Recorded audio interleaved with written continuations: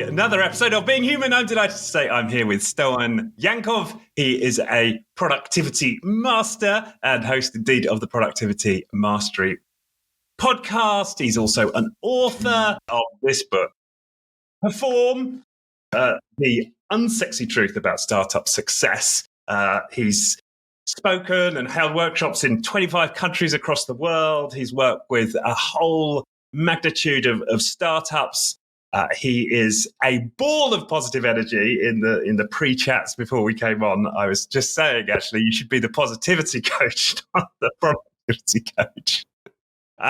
So I'm really looking forward to this one. It's going to be a great one, and we're going to learn lots on the topic of productivity, what we can learn from the startup world and those uber productive types in startups, and how we can apply it to our daily lives. So Stoyan, welcome to the show.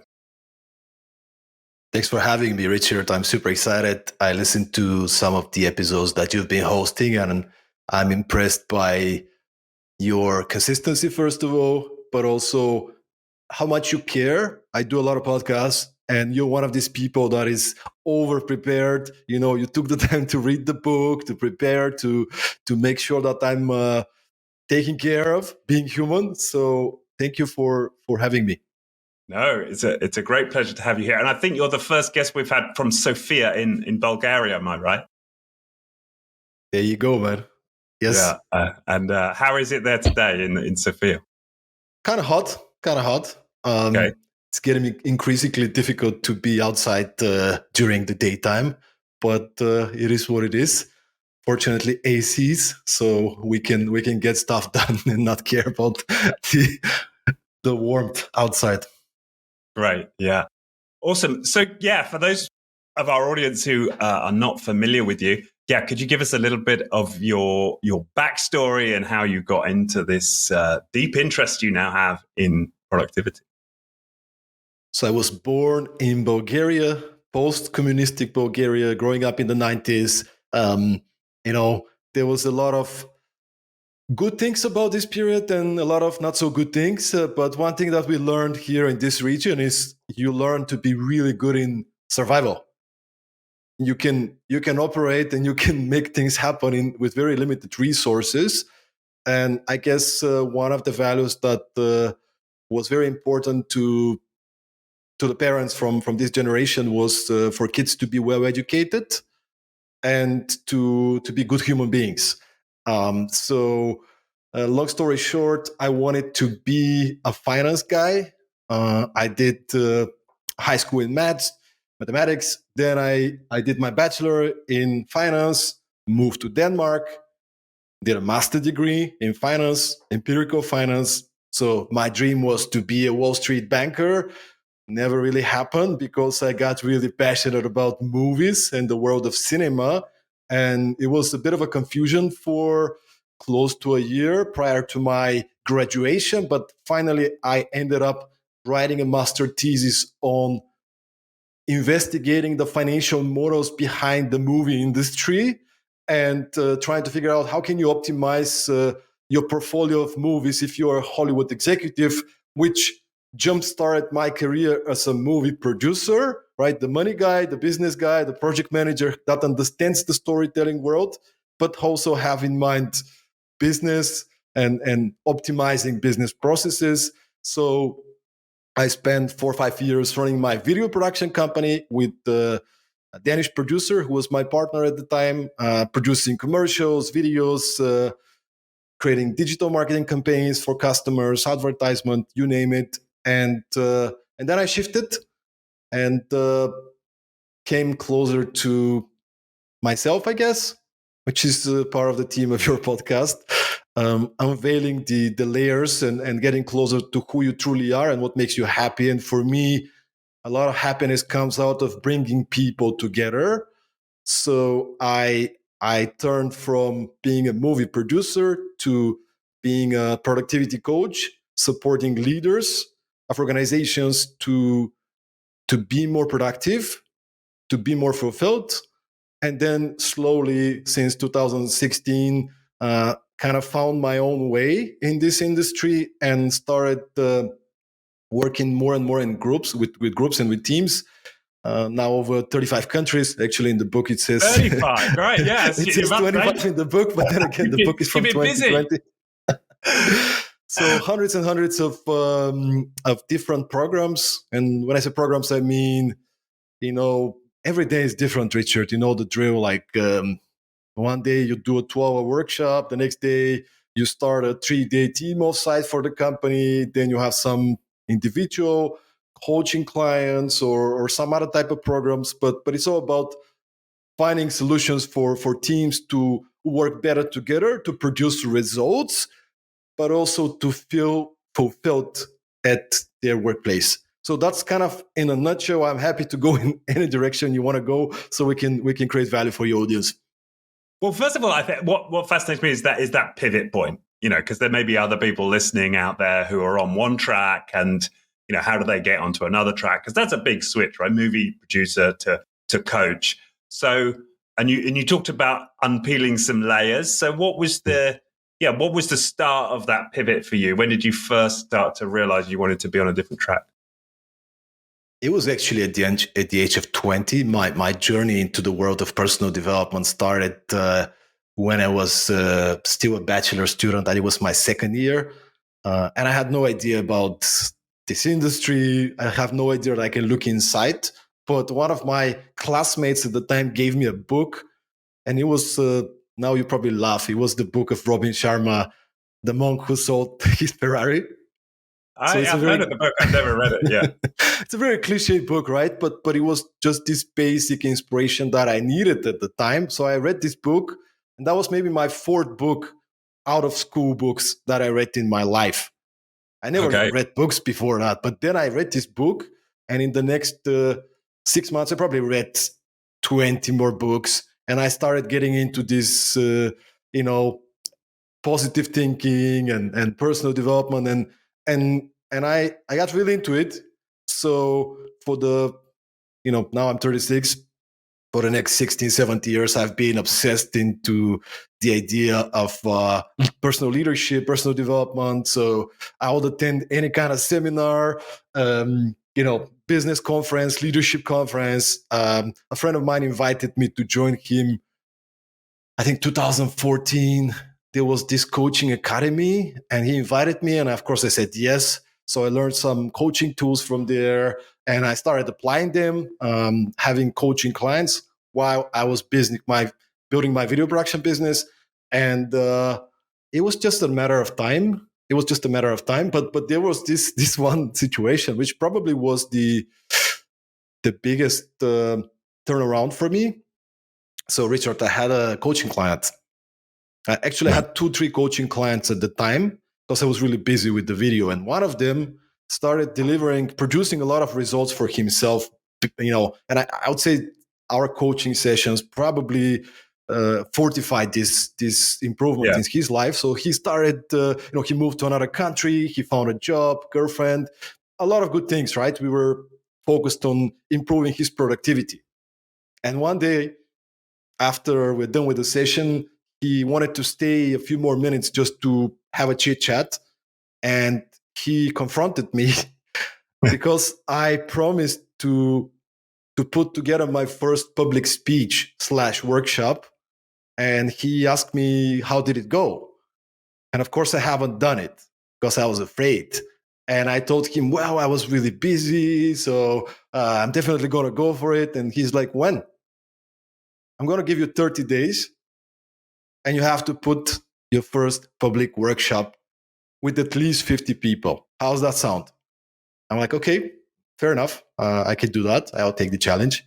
But if you don't, you have to pay £500 to a organization that you don't believe in, like extreme feminists or like something like that, right?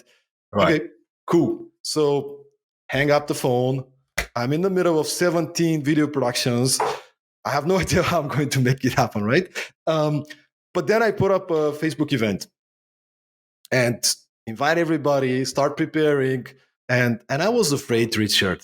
I was afraid not to mess up, and what would people think? I was in my head. But I started preparing, and 30 days later, I'm joining the room. There's 60 people. There's a waiting list. And I'm like, oh my God, how am I going to do this, But I did it, right? I've seen a lot of stuff from different speakers. So I put together the workshop. I'm done. People are happy. I get them to talk to each other. Everybody's happy. I'm like, oh, finally, right? Did it. Check. But then there was this lady from China. I never met her before. And she came after my speech and she wanted to talk to me. And if you know, in Asia, people are very respectful for status. Yeah. I was a speaker, so that means that she treats me like literally like God. She was like, "Oh my God, can I speak to you?" I'm like, "Okay." It's like I want to survive the speech, right? But she doesn't know. She thinks I'm the speaker. I'm the cool guy there. And so we start having a conversation, and she shared with me that she grew up in this environment where she was 25 years old and she never made a decision for herself. Even for this event, she had to call her parents and say, here's this event, should I go or should I not go? And she told me that when she gets married, her husband will tell her what to do. She never knew that she can make decisions for herself. And now that she came to this event and asked them to close their eyes and imagine themselves 5 years in the future living, the dream movie of their life. And, I led them to this guided visualization, right? Yeah. And she shared with me, I got to share with you, when you asked me to close my eyes, I came up with this story. I want to be a storyteller. I want to empower other women in China like myself to show up for themselves and be their own leaders. Thank you. Then she gives me a hug and she doesn't let go. She just sticks to me, right? And I was staying there and I'm like, oh my God, how many stories like this could I have created if it wasn't for my fear? In my mind, I was like, what do people think? Am I ready? Me. What if I can inspire one person? What if I'm the vehicle for one person listening to this podcast, right? To say, hey, you know what? I gotta take a leap of faith. I gotta move with these things I've been postponing for a couple of years now. So those of you listening, you have a great story. You can be inspiration to people. You can be going for that thing that you are afraid to. You're never gonna be ready. You just have to take a leap of faith. So that was for me the point of no return, Richard. Wow. Okay. And so you've done that one workshop. You've still got your movie business. How do you plot your way through to doing this full time? Well, the truth is, it wasn't really easy. So basically, and you probably read in the book, basically the next several months, it was a transition time, and I had to accept the fact that I need to find a part-time job so I can support myself while I'm my speaking and consulting business. You don't just say, hey, I'm going to be a speaker, and then you get 20 clients at the door, right? So I got to be honest, I wasn't really ready for this. I was postponing this decision, but at some point I realized I should go for it. And imagine, I was 30 years old, award-winning movie producer, master degree from a prestigious university, ego, right? Like you're like, I need to find something better. But at the end of the day, I made a move. I took a job as a dishwasher in Radisson hotels, and I started washing dishes. And I wish I can say it was fine and it was pleasant. It was not. I hated it. But as you said, I always try to look for the positive and try and see what's good about it. So I would spend 2-3 days a week washing dishes. And sometimes Radisson hotels in Aarhus in Denmark is quite big. So sometimes they will create parties and banquets for 1,500 people. And then we 3 dishwashers have to take care of all the dishes, right? So you stay until 4 a.m. And then the day after, you have a workshop and you have to teach people how to be successful. So you got to put yourself together, right? But for me, and I really switched my perspective, and I was like, how can I get the best out of this not so pleasant experience? Well, nobody's around me when I'm washing dishes. what if I put on my headphones and I listen to audiobooks? What if I listen to podcasts? What if this is my dishwashing university where I can learn, I can I love listen, it. and I can also learn to be humble, right? Yeah.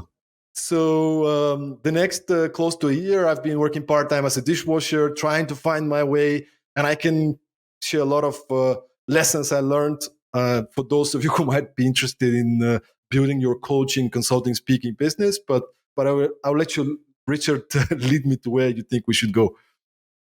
Well, I suppose what's interesting is what kept you going, for that whole year. Like, and you talk about this in the Perform book, right? That patience is a big part of success, right? So I'm guessing that's part of it. But yeah, what else was keeping you going until you were able to make the full transition? Definitely, patience is a great trait to to acquire. I would say it's purpose. It's when you find something that you're so passionate about, it's just dishwashing becomes your vehicle to get there. I'm not dishwashing to wash dishes, even though there's a lot of servant attitude in washing dishes, but I'm washing dishes and this is my vehicle to live my dream. I love my Mm, profession right now. I can't wait to wake up in the morning and start doing stuff. I love what I do and I love the purpose. I love the kind of difference that it creates for organizations, for individuals. I mean, I'm getting pumped up, Richard. You're in the same kind of industry, so you receive an email, Stoyan, I met you 2 years ago at this conference and you did this speech and I still use your spreadsheet template and it changed my life. yeah. And initially you're like, change your life? Come on, man. I didn't change your life. You changed your life. Maybe I was this little trigger for you, right? But Yeah. for me, that's the answer. It's not, by the way, it's not a accident that the first letter from the Perform acronym is P for purpose and values. Once you identify your mission, once you identify your why, it's much easier to wake up in the morning when you don't feel like waking up and to do the stuff that is inconvenient. Yeah. Yeah. And and did you have any kind of practice or to keep that present for yourself, or was there, was it just always there? You mean in terms of the speaking, consulting? No, just to stay connected, that purpose. Like, did you have any like specific practices that kind of kept you on track, that kept you stable?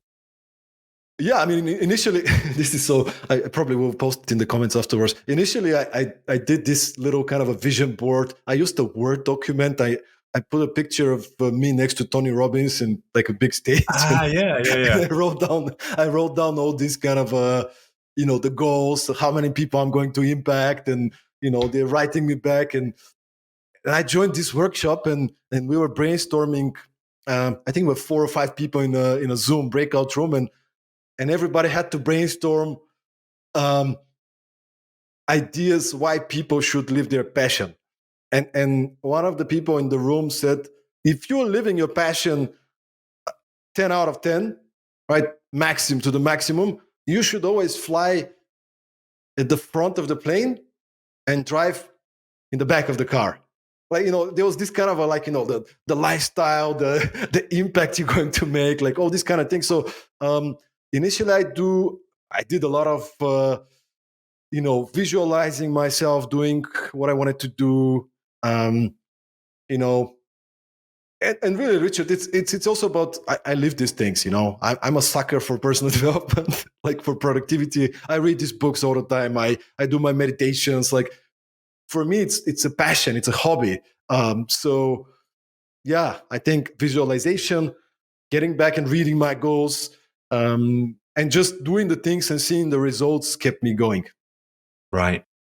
And so you just as you said that, reminds me of I don't know if you're familiar with the British band Oasis. Nope.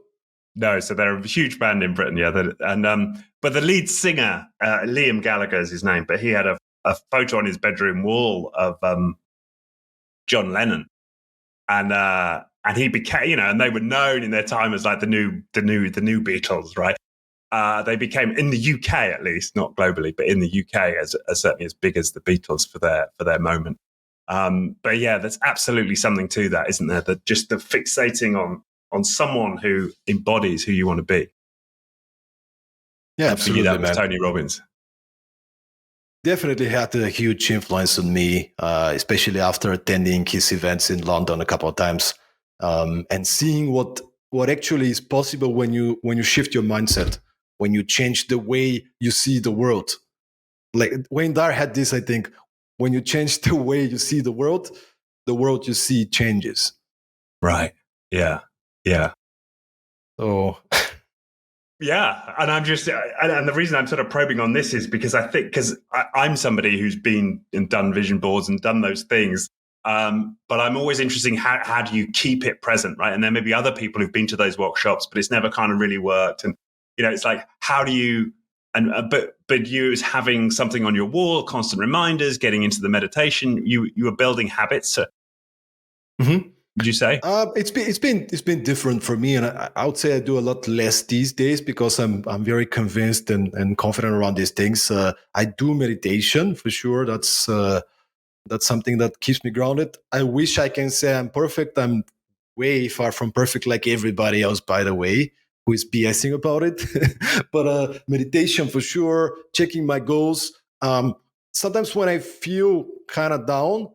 And that might sound funny, but I look at my LinkedIn wall and newsfeed, and I'm like, oh, look at all the cool things that are happening, all the people, how happy they are. So that keeps me going. Like looking backwards, I'm very consistent with journaling, and I have two types of journals. I think I learned the first one for the first time came out of listening to Tim Ferriss. I don't know if you're aware about this concept of morning pages. He calls it. Right. And Yeah. it's basically I do it either first thing in the morning or if I feel overwhelmed. So basically it's about dumping all the BS from my head. Anything that's on my mind. I wake up and it's like, oh, I had a bad day. This is not working. Da, da, da, da, da. All the stuff, all the crap, I put it down on.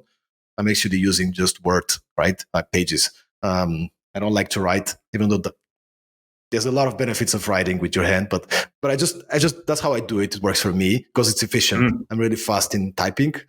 so I'll do morning pages, and once I feel like okay, I'm good. Sometimes I'm so overwhelmed that I need to ask myself the question, what worries me? What am I stressed about? If I feel I'm stressed, I'm off track, I gotta ask myself this question, and then.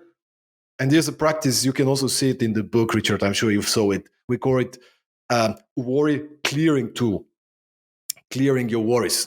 And it's a very simple technique. So basically you can use just one of these or a spreadsheet, whatever you prefer. So you ask yourself the question, what stresses me? What concerns me these days?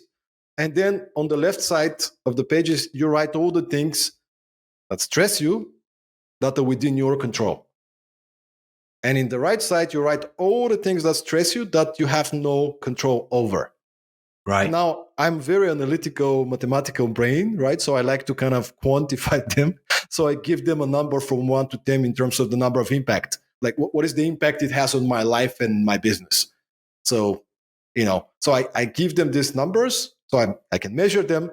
And then I start looking at them and say, well, for the things I can control, what could I do? What might I do? Well, I don't know. Okay, who might be somebody who can help me?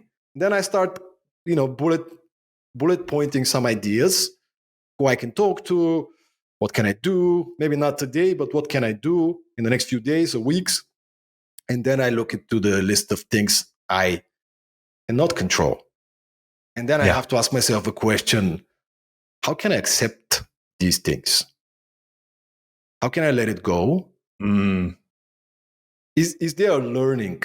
Is there a possibility, an opportunity coming out of these events? I don't know, somebody in your life passed away. Your industry is being disrupted by AI. Can't really control that. Maybe you can change the way you look at it.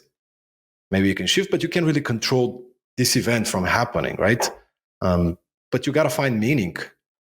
How can I shift my mindset about that so I can let it go, even if that's very dangerous for my life or for my business? I can make a shift and I can get back to a more present and productive state, solution-oriented state. Is it helpful to stay in this state in which I'm feeling hopeless and I'm complaining and whining? There's no need for that, right? You're human. Yeah. So you might. Each of us is going to have a plethora of emotions every day, right? But we shouldn't stay there. It's within our control to say, you know what, I'm not going to stay in this place. Thank you, fear. Great signal. I take it from here.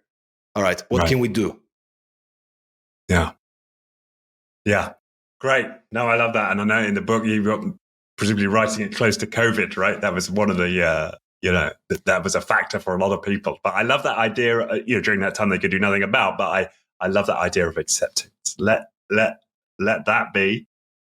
And that's almost as important, right, as the looking at what I can control, because if I've accepted it and made peace with it, that's not consuming my thought process, right? And I've got more space then to work on the things I can control. And since I mentioned AI, lately I've been thinking about this concept of if you have ChatGPT has all your data about your life, your decisions, how you're thinking, everything, right? And if you ask AI, what should I do now so I can be most productive? You're in a crisis, in a difficult situation, and you ask AI, what would be the best thing to do? Just ask yourself this question, right? Would AI say, spend 2 hours whining and complaining about it? Probably not. So what would be the most productive way to go forward? Maybe you need to spend 30 minutes venting off and talking to a friend. That's okay. But can you consciously decide what's the best thing for you and for your future self, so you can spend more time in a more productive space? So taking you back, you're a year in. You're doing the dishwashing, but you're building up your coaching business. In that period, I'm interested. What were your messages that most resonated? Where did you start to find hooks and build your platform on in the beginning? What did people love from what you were saying? I would say I'm one of these people doesn't need motivation much. So I go and I jump into the deep waters without knowing how to swim. So a few of the things that really helped me at that time was, number one, direct customer feedback, like reaching out to the market and understanding what the market actually needs. And initially, I was having a hypothesis which were not necessarily true.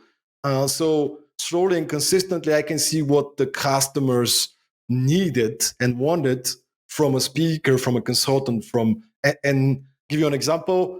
I did a number of workshops initially, and the first few workshops I did were not paid. I just convinced some of my friends who had companies to let me do a workshop and write me testimonials and feedback. So I remember this first workshop, I think I did a pretty okay workshop presentation, but it was 90% me talking.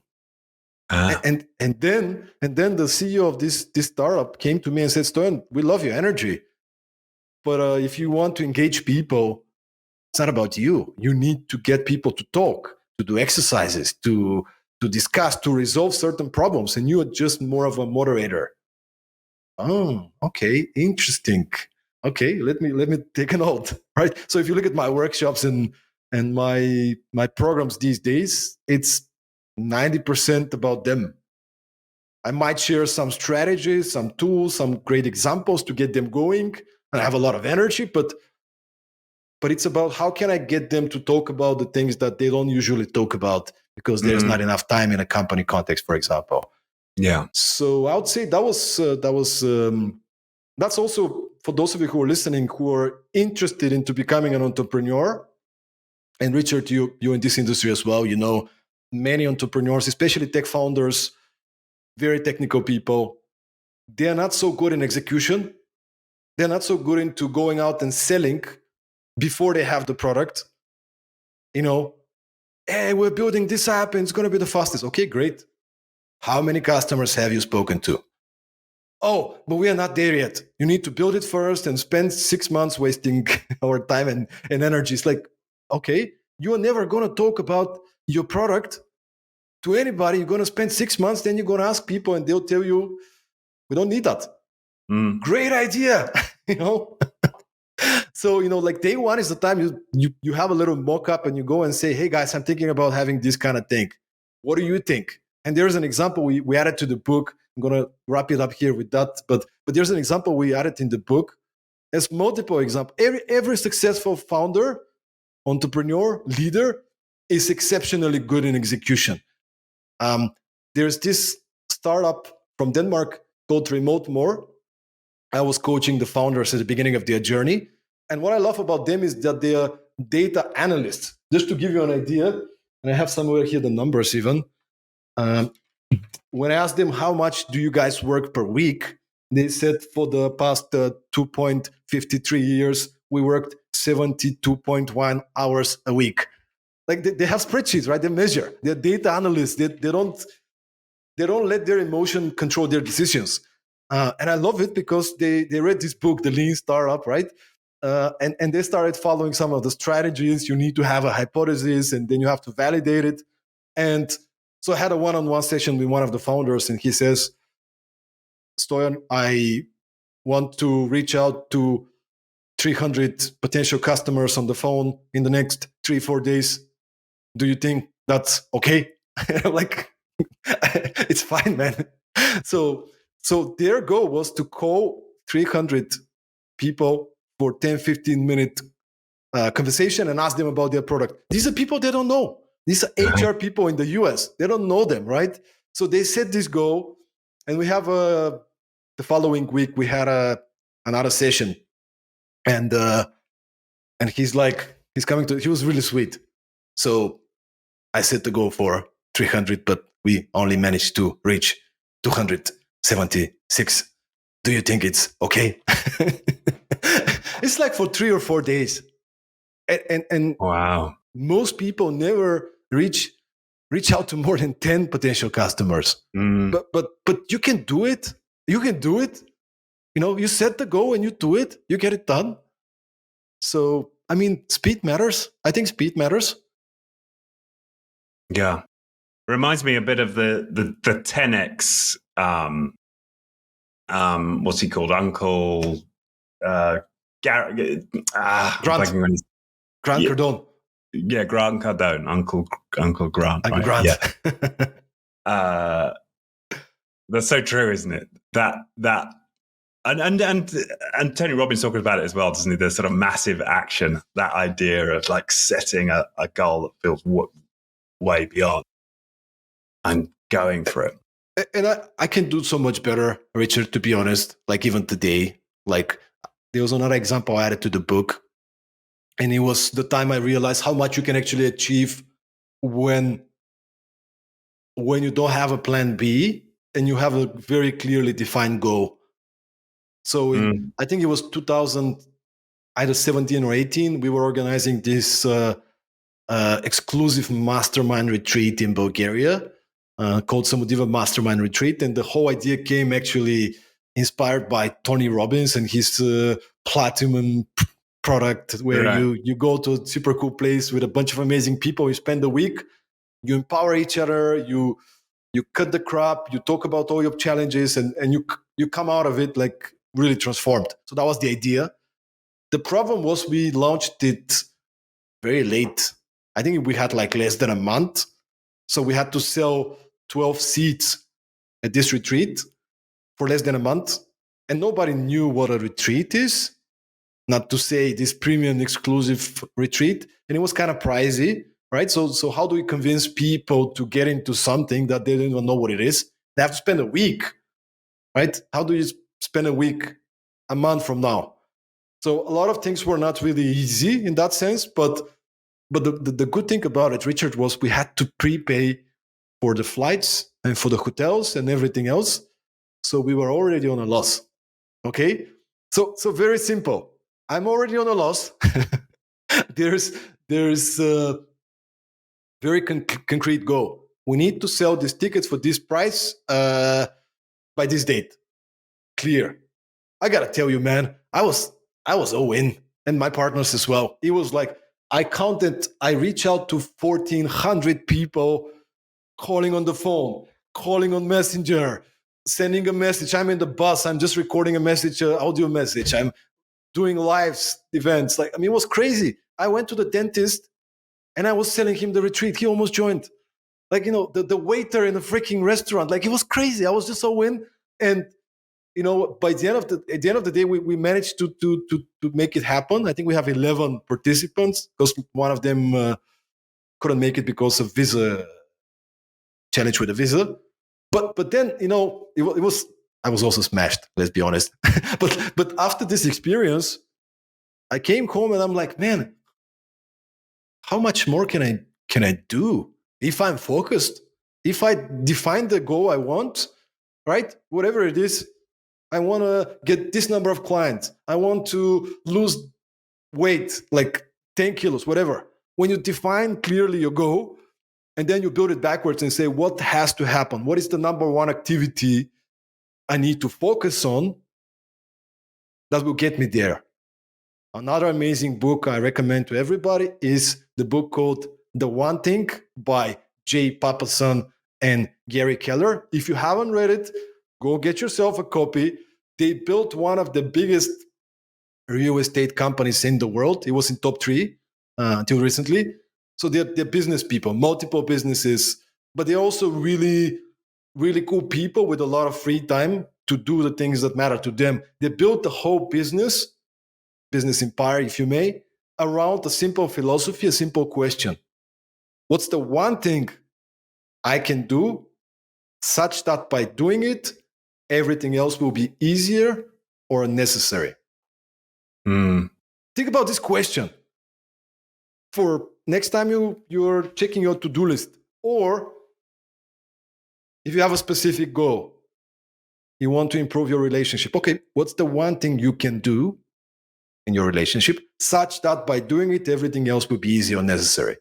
Marketing campaigns. You have a list of 17 different marketing ideas. Okay, what's the one thing we can do such that by doing it, we can reach this goal that we are setting ourselves to? Then you identify this one thing, you prioritize it, you block it in your calendar, and you protect it. I mean, think about the momentum you can, right? Yeah. Yeah, and it's true. I mean, in the book, you had this story with you're coaching Federico Bortoletto. That's and you're right. asking him, what have I got that right? Right. What percentage of his time, this guy, is he spending on his key priorities? And he's like 5 to 10%. And as I read that section, I thought, yeah, how many of my days am I in that boat, right? Where I'm putting like 90% of my day on admin and 5% on the thing I really need to do. And you helped him flip to like 70 to 80% on his key priorities, right? I thought it was a powerful story.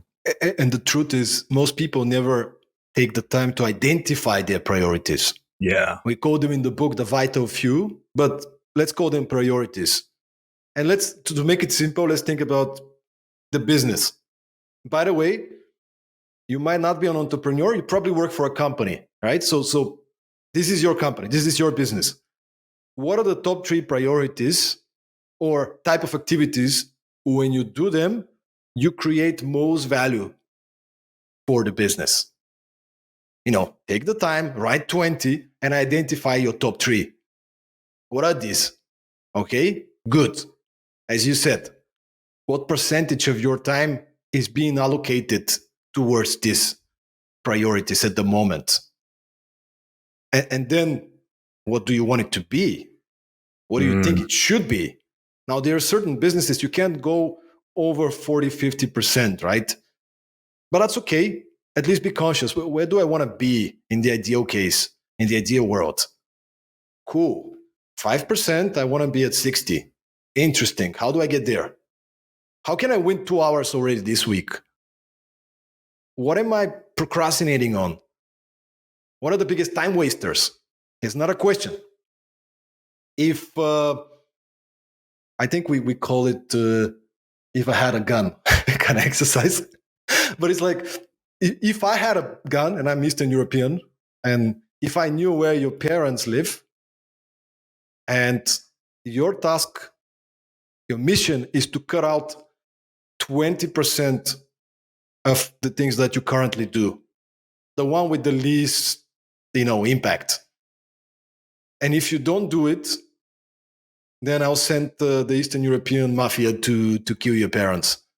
The Sofia mafia is going to come around. There you go. No, but like, just think about it. Like, if you have to, there's no other way around it. Yeah. What would be this 20% of BS tasks that you're allocating your time and energy on? Identify them and then ask yourself, how can I be more disciplined so I can stay focused on the things that really matter, that are really moving the needle? It's not rocket science, Richard. Everybody's looking for the secret magic pill that's the 3 steps would change my life. It's discipline, it's habits, it's identifying what matters to you, what are your priorities, what are the tangible, measurable goals, and then being consistent into reviewing this on a daily basis, on a weekly basis, on a monthly basis, so you can remain focused on the things that matter most. Yeah.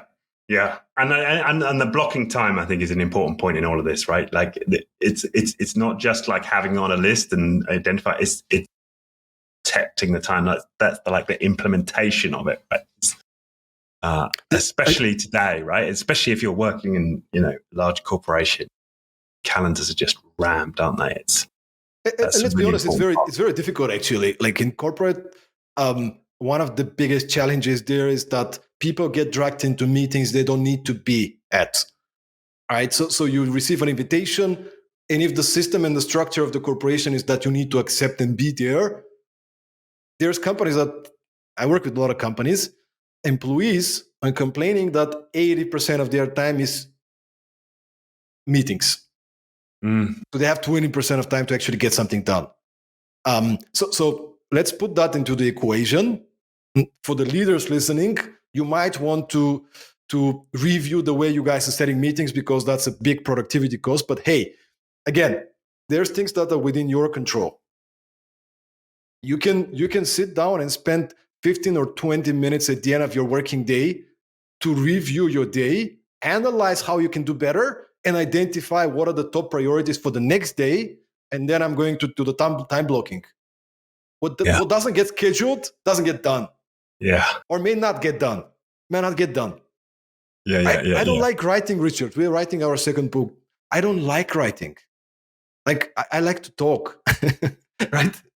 I would never have written a book if it wasn't for me to have a strategy and say, Stoyan, you have a meeting with yourself tomorrow from 9 to 11:30, 90-minute meeting with a cup of coffee, where you have to write 2 pages from your book.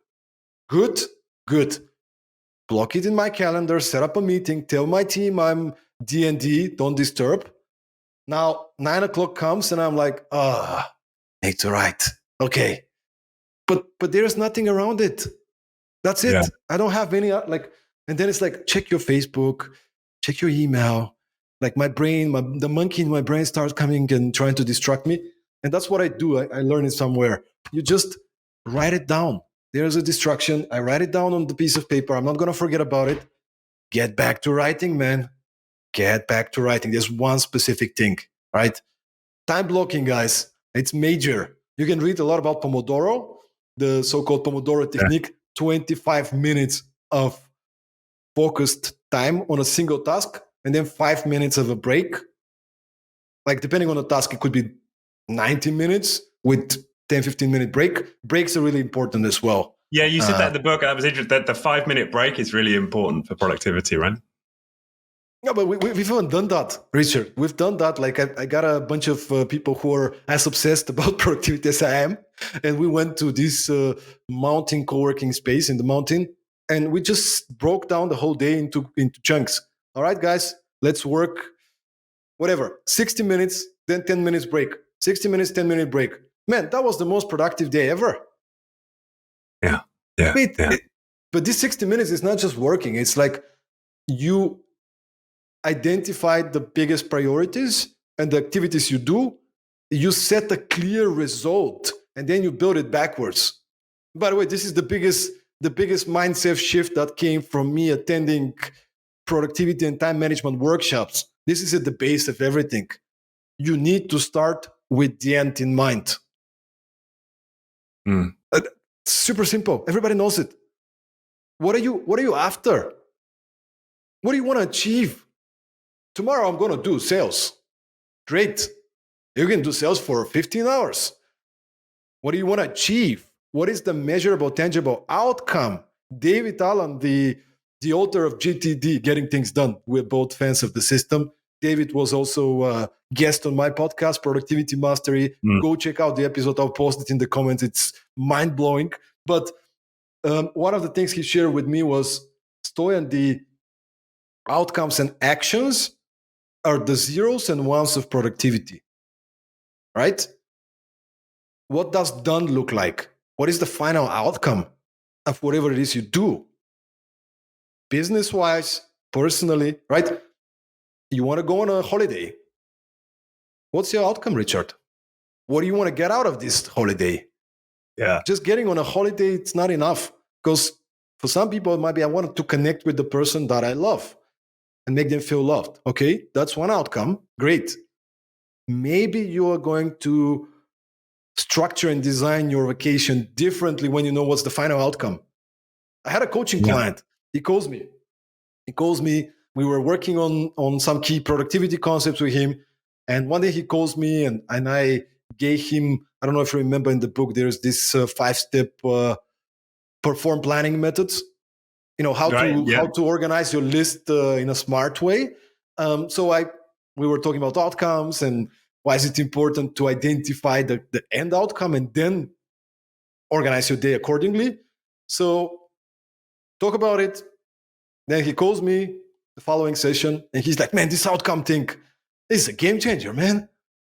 Okay, what happened? Well, look, you asked me to make this spreadsheet and I did it. Okay, good. So he identified his outcomes, and one of his outcomes was connect with my sister and make her understood and loved. And so he, because she's younger than him, should call him usually, and he'll try to lecture her that she's not doing the right things, and he knows better, and you got to do this, and then she'll stop listening, and they start arguing. Yeah. So he told me, she calls me, and 5 minutes into the conversation, I start lecturing her what to do, and she's getting annoyed. But his spreadsheet was open on another tab, right? And he reads, connect with my sister and made her feel loved and understood. And he's like, am I doing this? or am I achieving this outcome with my activities? No. What can I do to achieve this outcome? How about I ask questions? How about I listen? And then he started doing that. I understand. So what else? How's that making you feel? What would you like to get? He said we had the most amazing conversation. We spent 2 hours on Zoom. We connected. We cried together. And I'm so grateful. Know your outcome. Know your intention. Yeah. Powerful stuff. The other thing you mentioned in the book, talk to me about frogs and honey. Oh, you want to talk about the high impact and the what do you call it? Look, people never identify what are the things that matter most. Let me just open it in front of me because we wrote the book a couple of years ago. So let me just have it, and I can give you a better understanding of that. I believe that was the chapter of effective planning that you're referring to. Yeah, I can lay it out. So what I liked, because I'd heard about eat your frog in the morning before, but what I quite liked is that you've got this grid, right? And it's increasing difficulty and increasing impact. And so you've got high difficulty but high impact. Those are your frog. Low difficulty and high impact. That's your honey. And then obviously high difficulty and low impact. forget it, and low difficulty, low impact picnic. And I thought that was just this great. Like, how often do we spend our day in like picnic, right? Like, we're just like, this is easy stuff, but it's probably not having that much of an impact. How often do we really take the time to think about, well, what are the low difficulties that really going to give me some benefit, the honey? And then, like, what are your frogs and when are you going to eat them, right? By the way, the frogs, like I'm now here in front of me is the graph. I created this graph, but again, we wrote the book in 2020, so I need to make sure that I have all the examples right. So impact versus difficulty, right? And the reason we wrote frogs in high impact but with high difficulty is coming from you are aware probably with the very fundamental book about time management called Eat That Frog. Yeah. So eat that frog. It's a phrase. It's a quote from Mark Twain from the 19th century. And what he wanted to say is, if you have to eat a living frog, do it first thing in the morning. So your frogs, in terms of your time management, are the tasks that are usually difficult, but they have high impact. The ones that you like to postpone. So what the main idea is, do it first thing in the morning. There was a continuation. If you have to eat many frogs, start with the ugly one first. So, and it's a really good language. Sometimes when we do workshops with companies, it becomes their language, right? So it's like, hey, Michael, what are your frogs for today? Right? What are your frogs? The high impact, high difficulty tasks. Obviously, we want to do the honey, right? Something that's easy, effortless, and but it gives us a lot of great results. The question is, and this is more like you can find it in the book, but you can also imagine it, right? Impact from low to high and difficulty from easy to hard. You make a quadrant and then you think about all your tasks and responsibilities at the moment and try to place them in this box. And then you try to make sense of it, right? What should I say no to? What should I do more of? What are the things I keep procrastinating for quite a long time? And just to give you an example, I coached this startup, and there was a Russian guy, a founder, great founder. And at the end of the workshop, we first did a workshop, then we did a coaching session. At the end of the workshop, he's like, but Stoyan, I have 75 things on my to-do list. It's crazy. Okay, let's talk. So I have a look at his to-do list. He was keeping everything. He had some tasks that were due, and I have a screenshot, that were due 625 days. And they stay on his to-do list. Every day he wakes up, he sees this to-do list with 75 things. And he stresses about it. Oh my God, I haven't done it. And it's like, which of those things do you really have to do? Let's organize and prioritize a little bit. What are the actual results? At the end of the day, we ended up with him having 7 or 8 projects or key results based on all these things. So he organized them well. And 2 or 3 of them, he didn't have to do them at all because they were not important. Just don't keep it on your list. Don't get stressed out, right? So identify your frogs, identify where's the honey, and maybe see how there's another great book called Effortless by Greg McKeown, which is a continuation of his first book, one of my favorite books called Essentialism. So essentialism is about what are the most essential things, what are the things that really matter. And then Effortless is a sequel, which is about, finding the honey and that perspective, finding the things that come effortlessly for you, but give you great results. Yeah. Yeah. That's an interesting philosophy. Is it possible to organize your life so you're only ever in honey? And even if it is that desirable? That's like an interesting question, right?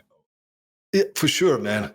And by the way, I did a workshop last week, a leadership development, a bootcamp in the mountains. I had to do a workshop on productivity, and I only had 3 hours. And I say only because usually, I do 2-3 day boot camps to go really in depth to discuss these topics. So I went through all the concepts. I shared a lot of examples, videos. Check this out. Let's do a discussion. And at the end of the workshop, somebody asks me, Stoyan, I'm just wondering, are you always perfect with all these things that you shared today? And I was like, oh, I was so much in a hurry that I didn't manage to convey the fact that we're just humans, and whoever is speaking in front of you telling you this is what you should do, they don't do it 100%. I mean, we're having bad days. Everybody's trying to be their best. Some people more than others, right? But if you can manage to be consistent 70, 80% of the time, you're good. Everybody's Richard, you're speaking to some of the most successful people in the world. You know that they're not perfect. They had bad days. They had time that they wake up and they don't know what to do. They're confused. It's okay. It's okay. I think we're conveying a very wrong message that when you become an entrepreneur, we're going to build a unicorn company and just piece of cake. And that was my perspective of what entrepreneurship is before I became one. And then you're like, oh, it's not what they said. There's so much more difficulties, right? We say in the book, starting your own company is like you are entering the jungle. There was a study that we found that only 1 out of 10 startups survives in the first 4 or 5 years. Yeah. Doesn't mean that the other companies are making money or something.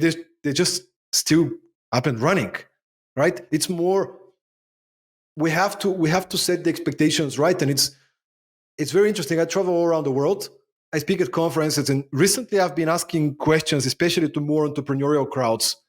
How many of you here in the audience want to build a unicorn company? 85-90% of people want to build a unicorn company, which is a company valued over $1 billion USD. Okay, good.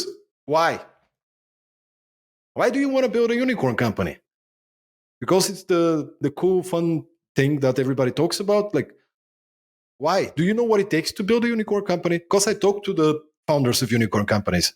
It is not sunshine and roses, I'll tell you that. It's tough. It's really tough. It might take you 5 or 10 years, for some less. Making an exit, according to one study, takes between 7 and 11 years with your startup. And I'm talking about 70, 80, 90-hour work weeks. The founder of Reebok was a guest on my podcast. And we talked about persistence and execution. And he told me, Stoyan, it took us 21 years to finally scale and make it. 21 years of struggle. So they failed 6 times to enter the American market, which meant huge scale for their company. And it was tough for him and for his brother. And that's the journey. You gotta love the struggle. You gotta learn to love the struggle and to expect it. Because if you don't expect it, it's gonna hit you hard. Yeah. It's a point, really well made. And I think that something I've learned from my own lesson. I mean, obviously, I've not built a unicorn, and I do understand that is another level of commitment and time, effort, and so on to build those types of companies.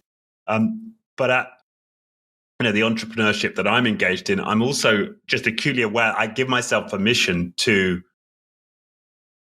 and heal. Right, that's a big theme on our podcast because you can do so. In my experience, you can get enormous gains from all of the this focus on productivity and using many of the techniques that you've outlined and so on.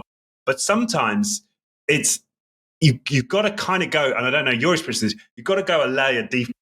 You've almost got to give yourself the permission to just drop all the productivity. And I've done this many times and just, okay, today I just need to, be with my feelings or have a cry or just drop it all and let my body need what it needs to do and allow that to happen. And then I can pick up again. But when I come back to the outward orientation, I've got a lot more, power and energy to tackle that. Does that make sense what I've said? Yeah, and thanks for bringing that up because this is what I believe in as well. And in a way, when we say productivity, we think about efficiency porn, right? That's not the point of living a life of productivity. The point, as you said, you're starting with self-awareness. Who am I? Where do I want to be? What are the things that trigger me, and what are the things that push my buttons? What are the kind of areas I need to work on and improve? And self-awareness also comes with, as you said, and that's what I find productive. Sometimes you say, I need 3 days off because I'm off. I'm not okay. The most productive thing you can do sometimes is go for a walk or go for a ski vacation or go to the sauna. You know yourself. You got to feel yourself, right? And I'm very excited to see that the corporate world is opening up more and more for these kind of discussions. So hopefully we can create a world where the human factor is really appreciated. Humans are put at the center. But by the way, Richard, there's multiple studies that show that people first cultures in organizations lead to better performance, better engagement, better employee retention, and so on and so forth. If done properly, if done genuinely, not just we're people first. Everybody wants to say we're people first. Are you really? If I ask your employees, are you really? But to get back to what you said, yes, it definitely starts with here, right? In here, in the heart. And I found that that's one of the shifts I've had to make is I've had to kind of broaden my frame for productivity, because sometimes the outcome is just healing. It's just being in my body, allowing grief to emerge, whatever it might be. But it's and allowing myself to believe that is also productive, right? And it's having that mindset shift and allowing myself, to be vulnerable and accept that productivity comes in many forms. And it comes down to who you are. Because if we look into the two parts, right? Like there's kind of people that are genuinely high achievers, right? Super achievers, easily motivated. I had a guest on the podcast. I think his name is Giovanni Diesman. He was using this really great metaphor. He calls them people, water and fire people. Yeah. Right. So if you're a more fire person, you're like, let's go, let's move, let's build. Every single minute is going to be, productive. Let's do it. Okay. Then you're the kind of person that needs to balance out a little bit and you needs a little bit more water. All right. Yeah. You got to cool down. You got to take breaks.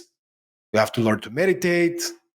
Right. You got to go for a walk. Find your ways to balance out with this excessive amount of fire, and the other way around. There's people that I'm a little bit careful, because there's people that use this as an excuse, Richard. That's a good point. Yeah. Like very good point. a lot of people in this industry, coaches, they're so lovely, they're amazing, and they're struggling financially. They don't have clients, and you talk to them, you're like, dude, pick up the phone and call people. Here's a marketing book. Get the marketing book. Get one strategy and do it.